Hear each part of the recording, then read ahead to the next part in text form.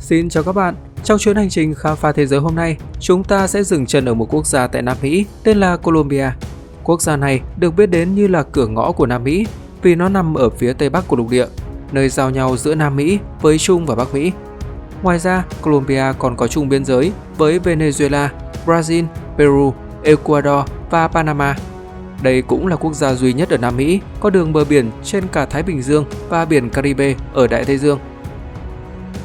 Tên của quốc gia này lấy theo tên của nhà hàng hải người Ý là Christopher Columbus. Ban đầu, cái tên này được dùng để ám chỉ toàn bộ tân thế giới.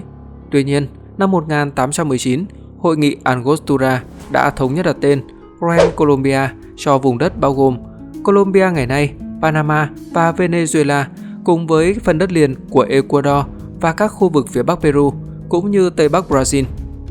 Tới năm 1831, khi Venezuela và Ecuador ly khai, vùng đất Cundinamarca tồn tại với tư cách là một quốc gia độc lập và lấy tên là Cộng hòa Tân Granada. Năm 1858, đổi tên thành liên bang Granadina. Năm 1863, tiếp tục đổi tên thành Hợp Trung Quốc Colombia.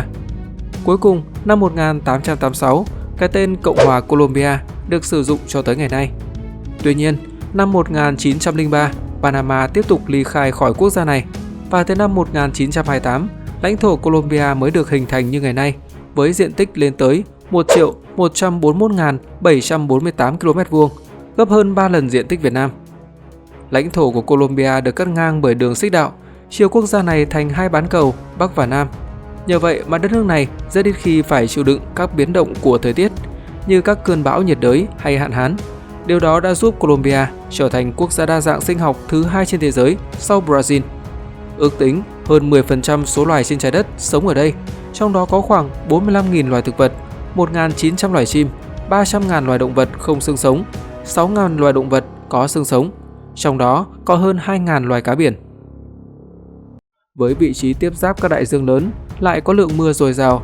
Tại Loro, Colombia, đây là khu vực có lượng mưa trung bình hàng năm cao nhất thế giới, với 13.299 mm, cho nên mạng lưới sông ngòi ở Colombia dày đặc. Chỉ tính riêng những con sông có lưu vực trên 100 km², số lượng đã lên tới con số 1.200. Trong số đó, sông Magdalena là tuyến đường thủy thương mại quan trọng nhất. Nó bắt nguồn từ khu vực phía nam của đất nước, chảy về phía bắc rồi đổ ra biển Caribe. Đây cũng là con sông dài nhất chảy hoàn toàn trong lãnh thổ Colombia, với tổng chiều dài lên tới 1.558 km và diện tích lưu vực là 256.622 km². Ngoài ra, Colombia còn có nhiều con sông lớn khác như Cauca, Cauqueta, Guaviare, Meta và Apaporis. Khí hậu ở quốc gia này có sự thay đổi theo độ cao. Phần lớn diện tích đất nước nằm ở độ cao dưới 1.000 m, có khí hậu nhiệt đới với nhiệt độ trung bình là 24 độ C. Từ 1.000 đến 2.000 m là kiểu khí hậu ôn đới, nhiệt độ trung bình là 18 độ C. Từ 2.000 đến 3.000 m là đới lạnh, có nhiệt độ trung bình 12 độ C, trong khi tuyết được tìm thấy trên độ cao 4.500 m. Về mặt địa lý, lãnh thổ của Colombia có thể chia thành 5 vùng tự nhiên, được cấu thành bởi sự khác biệt về địa hình, thời tiết, thảm thực vật và các loại đất, bao gồm vùng cao nguyên Andean, vùng biển Caribe ở Đại Tây Dương và vùng biển Thái Bình Dương, rừng nhiệt đới Amazon và lưu vực Orinoco.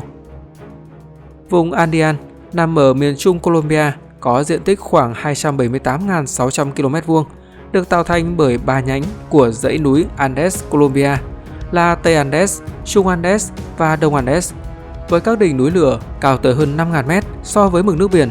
Đây là một khu vực có khí hậu ôn hòa, nguồn nước dồi dào với các vùng đất sản xuất màu mỡ. Chính vì vậy, Andean là vùng tự nhiên tập trung đông dân cư nhất và được coi là trung tâm đô thị của đất nước. Tiếp theo là vùng Amazon, nằm ở miền nam Colombia, chiếm tới 35% lãnh thổ quốc gia, là nơi dân cư thưa thớt nhất cả nước, nhưng nó lại là khu vực lưu giữ một kho tàng thiên nhiên và văn hóa lâu đời của nhân loại. Khu vực này chủ yếu được bao phủ bởi rừng mưa nhiệt đới, hay còn gọi là rừng rậm, là một phần của rừng mưa nhiệt đới Amazon rộng lớn, và là điểm đến của những người yêu thích du lịch sinh thái và khám phá, với cơ hội được ghé thăm các cộng đồng bản địa và tìm hiểu về truyền thống văn hóa của họ. Vùng Caribe có diện tích khoảng 132.218 km², trải dài từ các sa mạc ở La Guajira đến những khu rừng ẩm ướt tại vịnh Urabá, bao gồm cả quần đảo San Andres và Providencia. Đây cũng là khu vực tập trung chủ yếu của các loại tài nguyên thiên nhiên như than và khí đốt tự nhiên. Tại đây cũng có đỉnh núi Pico Cristobal Colon, cao 5.776 m so với mực nước biển và là điểm cao nhất Colombia.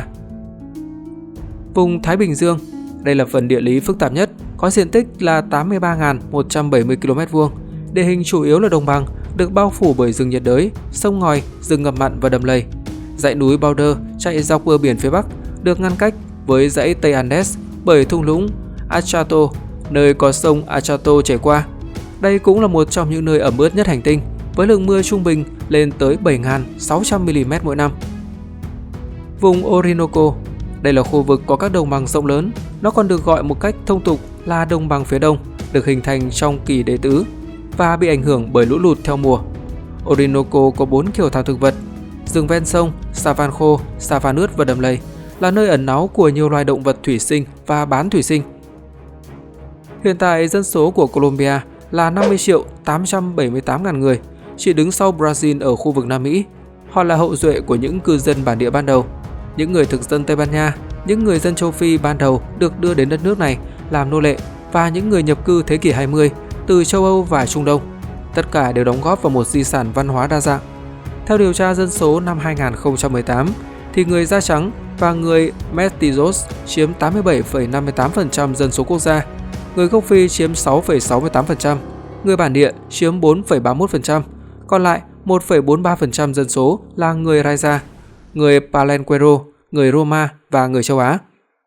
Ngôn ngữ được sử dụng nhiều nhất tại Colombia là tiếng Tây Ban Nha với 99,2% dân số. Đây cũng là ngôn ngữ chính thức của quốc gia. Ngoài ra, Colombia còn có tới 100 ngôn ngữ địa phương khác nhau, được sử dụng rải rác trên toàn lãnh thổ.